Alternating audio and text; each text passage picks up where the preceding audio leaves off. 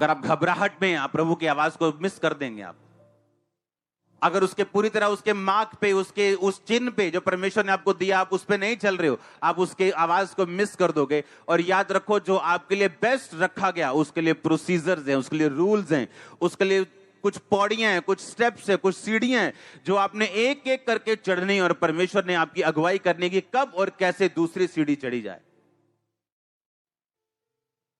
और यह काम वही व्यक्ति कर सकता है जो हर वक्त परमेश्वर पे भरोसा रखता हो, जिसका हर पल हर रोज परमेश्वर पे आश्रित हो, जो पूरी तरह परमेश्वर पे केंद्रित हो, जिसने पूरी तरह परमेश्वर पे भरोसा रखा हो, जो अपने हर स्टेप के लिए परमेश्वर की आत्मा की अगुवाई पर निर्भर हो।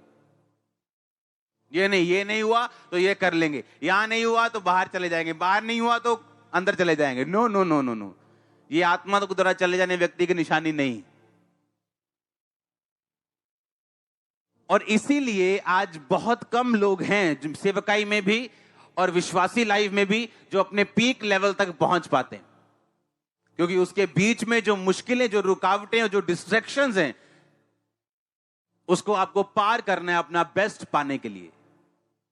उस डर को पार करना है आपने, रेस्टलेस को, उस बेआरामी को आपने पार करना है, उस अविश्वासी मन को आपने पार करना है, उस बेस्ट तक पहुंचने के लिए, उस उत्तम तक पहुंचने के लिए जो परमेश्वर ने आपके लिए रखा हुआ। उसने कहा परमेश्वर के मार्गों में उत्तम पदार्थ पाए जाते हैं। और बाइबल ऐसा भी कहती है नए नियम में कि परमेश्वर का मार्ग संकर है और थोड़े हैं जो इसे पाते हैं। चौड़ा है वो मार्ग जो विनाश तक पहुंचता है और बहुत उसमें चलते हैं। और लिखा संकरा है वो मार्ग जो स्वर्ग तक पहुंचता है और थोड़े इसे पाते हैं। परमेश्वर ने वायदा नहीं किया कि यह मार्ग मुश्किलों से भरा नहीं होगा। उसने कहा यह मार्ग संकरा होगा, तंग होगा, लेकिन उसके मार्ग में ऐसे उत्तम पदार्थ पाए जाते हैं जो किसी मार्ग में आपको नहीं मिलेंगे। उत्तम पदार्थों के आप मालिक होंगे, आपकी हर चीज उत्तम होगी। अगर नहीं होगी तो अपनी प्रार्थना और मेहनत से आप उसे उत्तम बनाएंगे।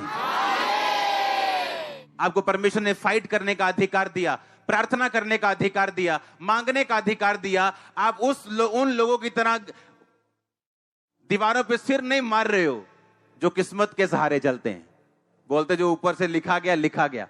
तो फिर नीचे क्या कर रहे हो? ऊपर चले जाओ। परमेश्वर ने ऐसा कुछ नहीं कहा। उसने कहा मांगो तो दिया, ढूंढो तो तुम, खटखटाओ तो तुम्हारे लिए। क्योंकि जो कोई मांगता है उसे, जो कोई ढूंढता है उसे, जो कोई खटखटाता है उसके लिए खोला जाएगा। कोई जीवित परमेश्वर ऐसा नहीं कहता कि अब मेरा बस नहीं चलता। जीवित परमेश्वर कहता मैं आज, कल और कल आज और कल युगानुयुग एक सा रहने वाला परमेश्वर हूं। मैं चंगा करता था, यीशु मसीह के टाइम पे भी किया, अब भी करता हूं और करता रहूंगा।